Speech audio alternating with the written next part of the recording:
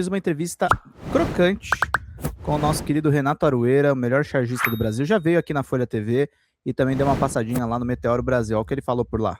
Me falou uma vez, o pessoal falou, cara, chega Meteoro. Ela pegava o perfil e de zoeira botava oi nos comentários. Cheguei. Chegou lindamente. Eu adoro o Meteoro, gosto muito. É um prazer estar aqui. Mas, isso aí. Bom, mais fácil, rapaz, fazer piada com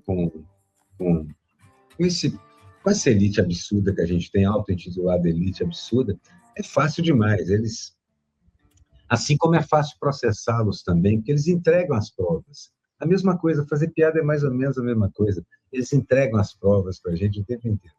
Eles entregam a piada prontinha numa bandeja, é só desenhar. Já conversei isso com vários colegas do ramo e todos dizem a mesma coisa. A piada chega pronta no nosso colo, tudo que a gente faz é desenhá-la. Então, agora, a família Bolsonaro tem algo de tragédia grega no meio também, né? Tragédia grega de quinta categoria, mas tem. Então, acrescenta esse elemento, né? Porque o pessoal diz que a comédia é a tragédia mais o timing. Então, basicamente, nós temos o material todo. E a família Bolsonaro tem isso. Então, vamos dizer, a família Bolsonaro ganha por um na cabeça. Ganha por um na cabeça. Uhum. Na live do DCM que a gente gravou, inclusive hoje, Aroeira, você estava definindo o Moro, né? Ele é um chantagista, né? E de fato é o cara que... O Lenny Streck tem uma definição muito interessante que ele diz que o lavajatismo é o pai e a mãe do bolsonarismo, né? O bolsonarismo é só a versão piorada.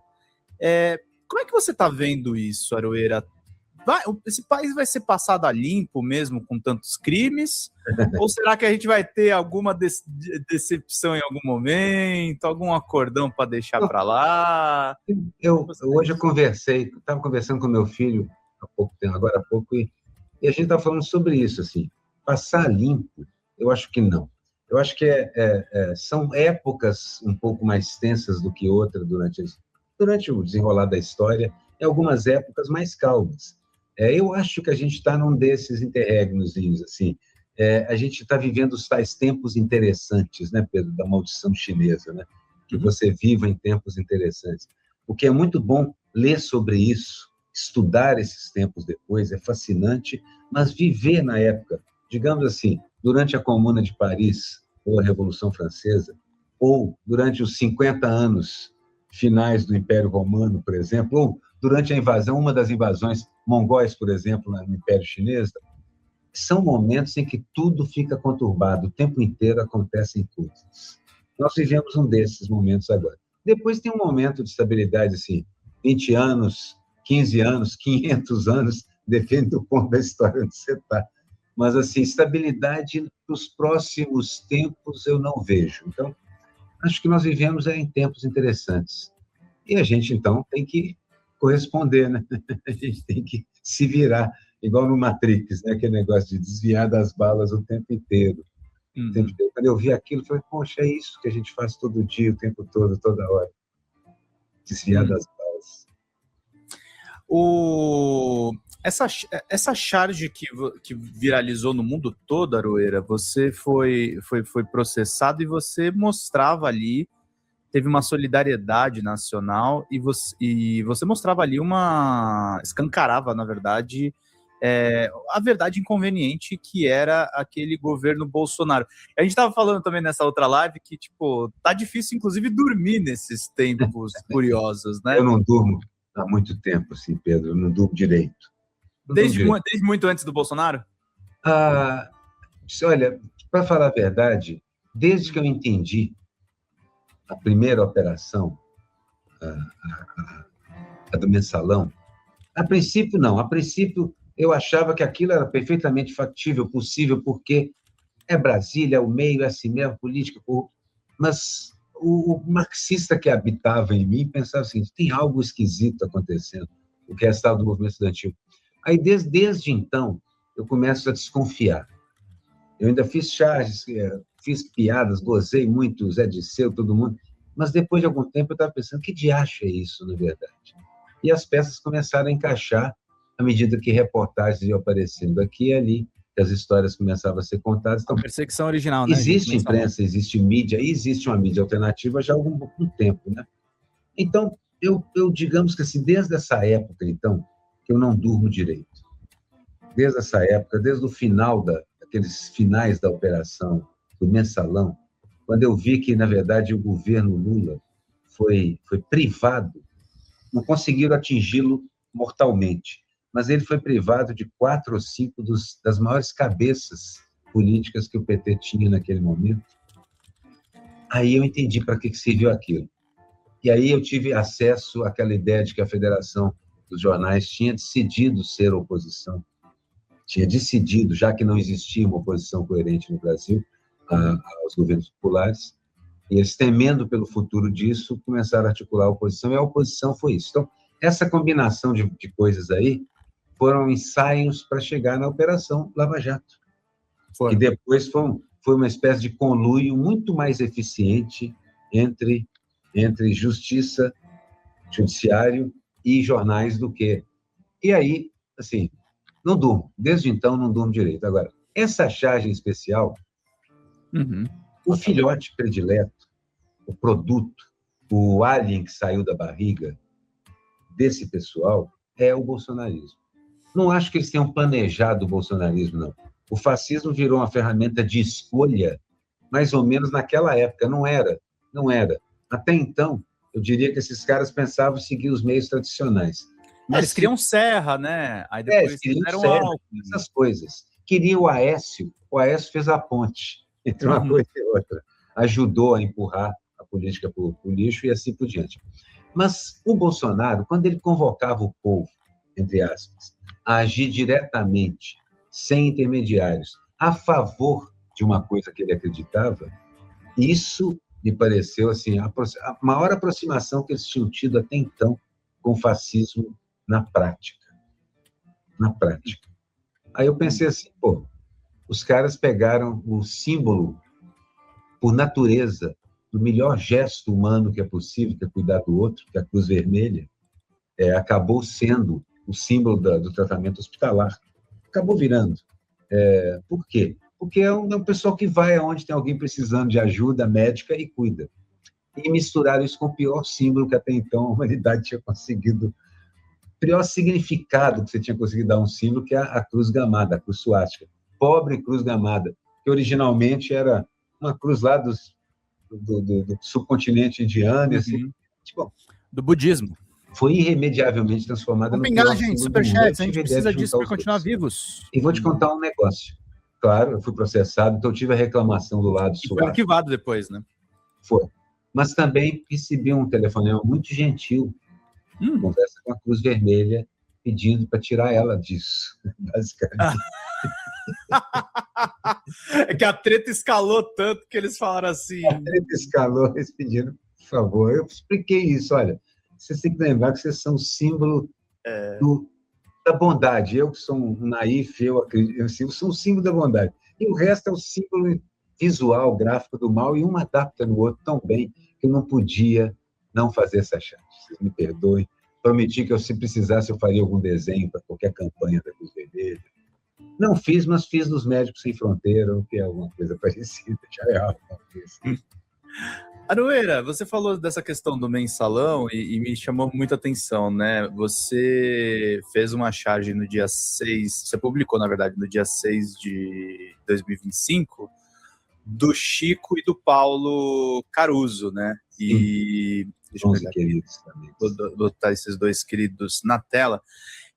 E o Paulo era mais de esquerda, mas o Chico era o cara da charge mais mainstream. E uma coisa que me salta aos olhos, eu te entendo quando você falou assim, eu tirei um pouco de sarro no começo do mensalão, porque aquela máxima do Milor Fernandes é uma redução muito grande, mas a gente está acostumado, até mesmo dentro da mídia progressista, imprensa é oposição, né, Aroeira? Governo, sou contra. Essa era uma ideia anarquista, e no fundo, todo livre pensador é ligeiramente anarquista. Ele escolhe lado também, mas ele é ligeiramente anarquista. E é verdade, eu sou um pouco anarquista. Então, embora eu considero que essa frase merece discussão, porque não existe Quero discutir ela com você, vamos lá. Não existe o absoluto. Sim. Não existe o absoluto. Isso é uma coisa que a gente custa perceber, mas não existe o absoluto. Então, assim, hoje eu vejo essa frase dentro de contexto. Não é assim. Aí governo sua conta. Não, não é bem isso. Há muita coisa, muita discussão e conversa sobre a ética de governo ser tão diferente da ética. A filosofia se debruçou nisso, da ética individual. Realmente, quando você tem o destino de milhões, milhares, milhões, às vezes bilhões na sua mão, o que você faz?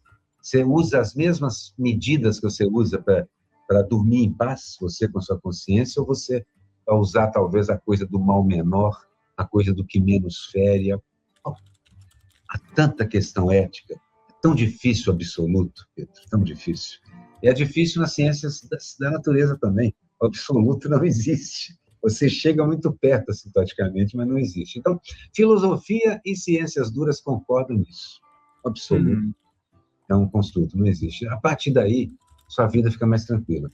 Admito que eu durmo um pouco melhor do que eu poderia, porque eu sei que eu tento mesmo, de verdade, tomar uma decisão ajuizada em cima de cada coisa que eu faço, na verdade. Sim. Mas já fiz muita bobagem também. Não, é questão de fazer bobagem ou não, né, Arueira? É aquela coisa... o absoluto não existe. Parabéns pela coluna excelente, querida. A gente vai ler amanhã. Fala muito beijos. No meio, entre os chargistas se comenta muito isso, nos humoristas também, a tal da liberdade de expressão, mas tem uma palavrinha que se perde nessas discussões todas, que chama responsabilidade. Poxa. O que você faz tem uma consequência. Tudo tem consequência, sim. Nada é absoluto, tudo tem consequência. E, mais uma vez, filosofia e ciências físicas concordam de novo. Então, falando desses meus dois amigos, eles tinham posições políticas diferentes da minha, mas, assim, eu vi discussões maravilhosas no palco e vi alguns cenários tão divertidos por conta disso, por conta de opiniões tão diversas, como, por exemplo, uma festa em Brasília, onde a banda dos Caruso estava tocando, eu tocando saxofone lá com o Veríssimo, ao lado fazendo naipe comigo.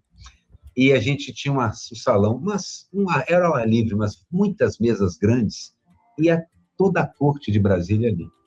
Isso não tocar em Brasília. Isso tem 20 anos. Toda a corte de Brasília tem mais. E aí, a gente fazia uma música, por exemplo, Itamar e Itapior, música sobre Itamar. Aí, uma parte enorme da plateia caía na gargalhada e um pedaço ficava sério. Aí fazia uma música sobre Fernando Henrique, o presidente mulatinho.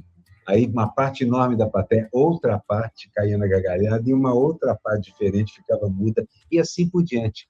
A gente fez todo mundo rir, mas não ao mesmo tempo, porque a gente bateu em todo mundo ali. Então, há um prazer e há um certo orgulho em você desagradar todo mundo. Eu acho que todo mundo que é jovem já passou por isso. Eu desagrado todo mundo. Eu tenho orgulho disso. Aquela bagunça, né, de uma denúncia que você faz. Eu vim para ser chacrinha. Eu não vim para explicar, eu vim para confundir tudo, e assim por diante. Mas o tempo... E olha, quem usava essa camiseta era o Collor. O tempo é o senhor da razão. O pior é que é. Foi com ele, inclusive, né? Foi muito. Aliás, cada citação na boca desses cretinos eu adoro, porque o karma gosta de escolher o cara que cita para fazer acontecer com ele. Né? Então, maravilha.